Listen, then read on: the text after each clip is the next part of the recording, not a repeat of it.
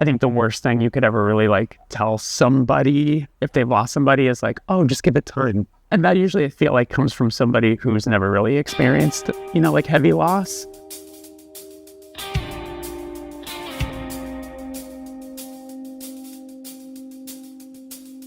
Hi. Hi. We're doing this for Outbreak Festival, which you guys are playing in June, Manchester. And we wanted to talk about Stage 4. You guys are playing it in full. And we're celebrating 10 years of Stage 4, which is really exciting. When you look back at that album in the present day, does it feel or look different to you now?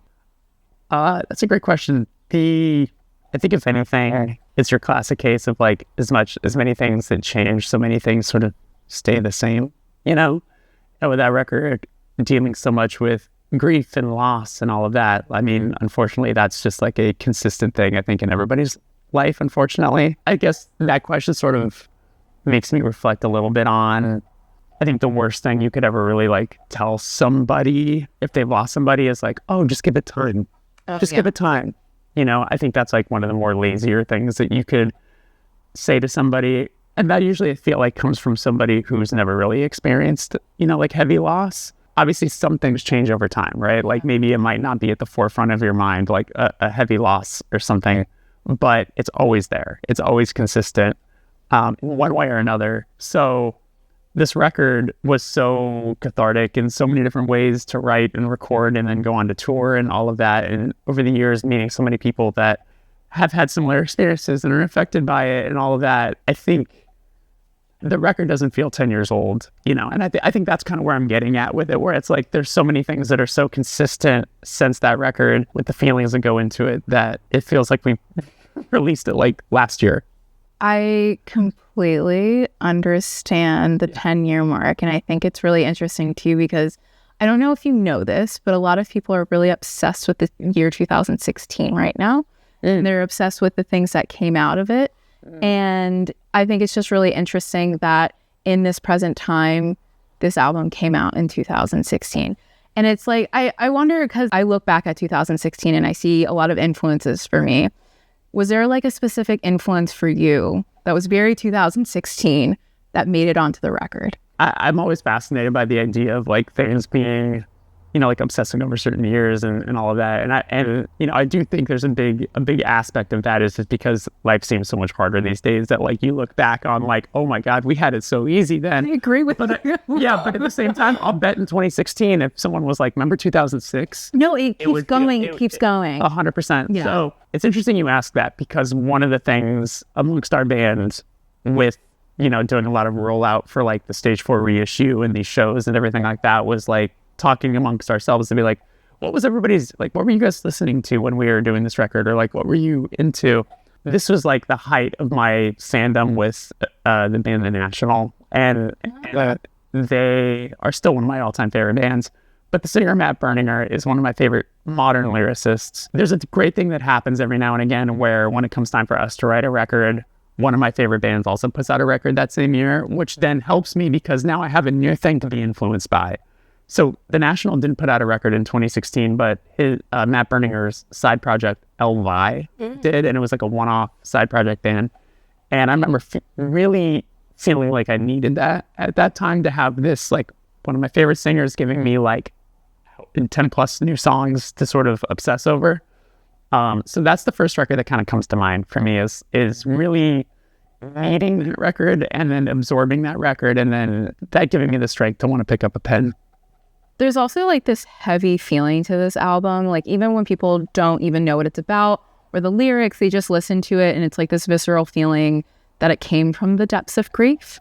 When creating the album, what kind of creative process did the band have as a whole to have it sound and feel the way it did?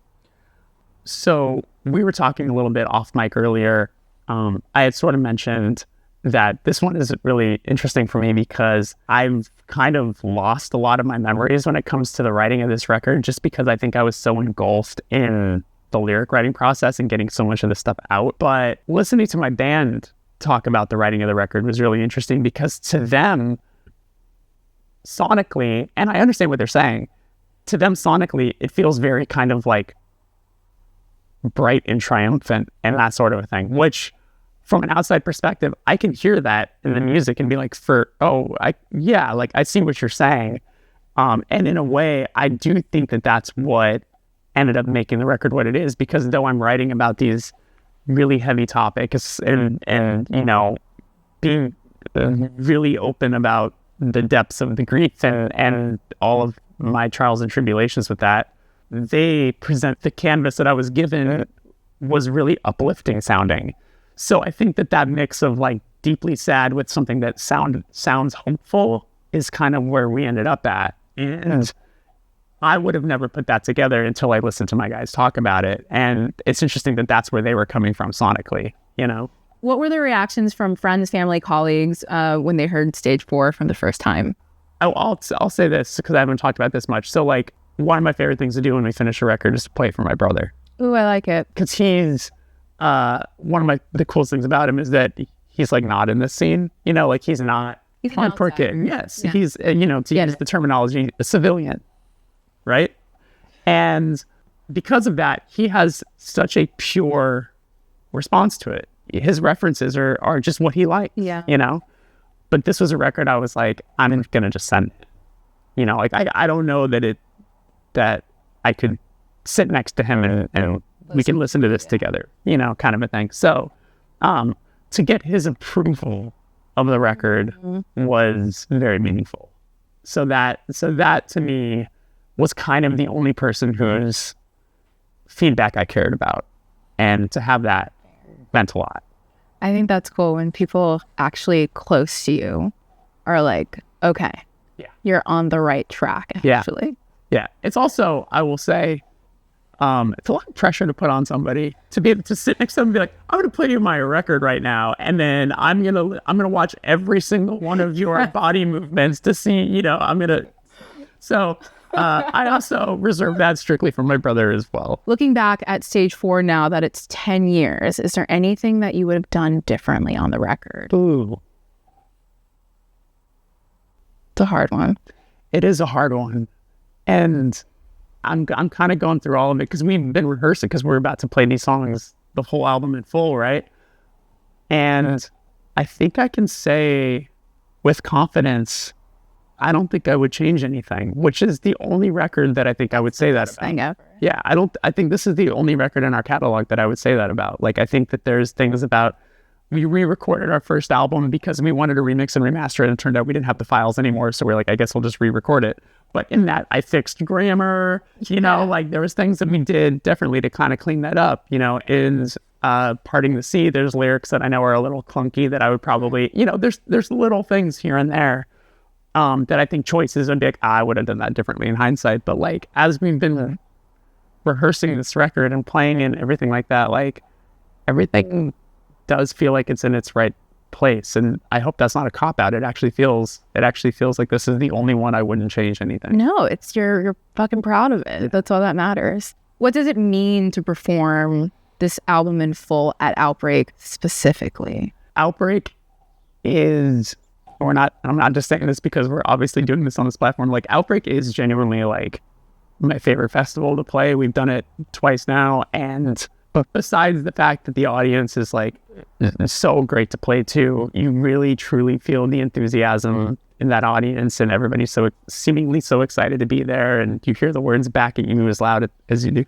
But like just showing up on those grounds and walking into like where all the other bands are and having such a culmination of people that have all been sort of in this world together for a long time. Forever. Like that first year we played it, walking back there, every 2 seconds, it was just like a cacophony of, hey! Like you would just turn a corner and you'd just be like, hey! It's like, you see like the Basement Guys or like Tiger's Jaw or like, but then bands of like totally different, it's just like Chat Pile. Like it's like bands of such different sonic sound, but like everybody's just like hanging out and catching up.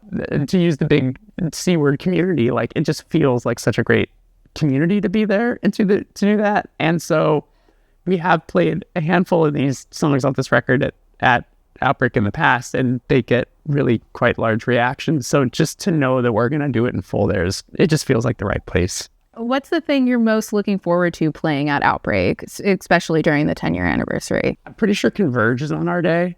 Okay. and they're like my all-time favorite hardcore band, and we have a relationship with them. We toured with them and put our records on Jake's label and all of that. So like we have like a foundation and everything like that, but they're still my favorite hardcore band, like even removed from all of that. I love that. To know that I'll get to see them to that audience is going to be very cool. Like that's kind of where I'm coming from. And then also on just a logistical standpoint, it's where our tour ends. So knowing like Go home. we just get to like enjoy. Drop it. Yeah, but like enjoy getting to end on such a high note, you know, with a ton of friends and everything like that. So like, I think it's just going to be a great day. And then like, I think it's cool with Outbreak too, because it's like such a diverse range of ages. Okay. So you have people there that probably don't know what Touché Amoré is. Could be, yeah. And if there was like maybe a word or a statement where nobody has ever heard Touché Amoré before and they're going to this festival, how would you describe this band in one word or statement, or the album in one word or statement? Oh my God. God, it's I feel like it's so obvious to just say cathartic, but I think it does represent kind of what that record is, because, you know, I know that with loss being as prevalent as it is and becoming more and more prevalent, and, you know, the years of talking to people about what that record meant to them, you know, it could be because of a loss of a parent, which is what my situation was. But, you know, there's people who deal with the loss of friends, of you know, partners, of this or that. So it's like, and then also people can use it in the terms of loss of a relationship, not like actual mortality. You know, it's like there's different ways it can be. So, and, you know, I've had conversations over the years where somebody approaches me to talk to me about their experience, and their experience is so wildly different than what I was maybe writing about. But I would never like be like, well, it wasn't about that. Like I would never. I just, you know, I just take it in and I'm like, that's amazing that was what your experience was. So like, if someone was to yell back those words at me, infused by, you know, what their personal experience was, I think that's just, you know, it doesn't get more special than that. That's it. We did it. We did it. Yeah.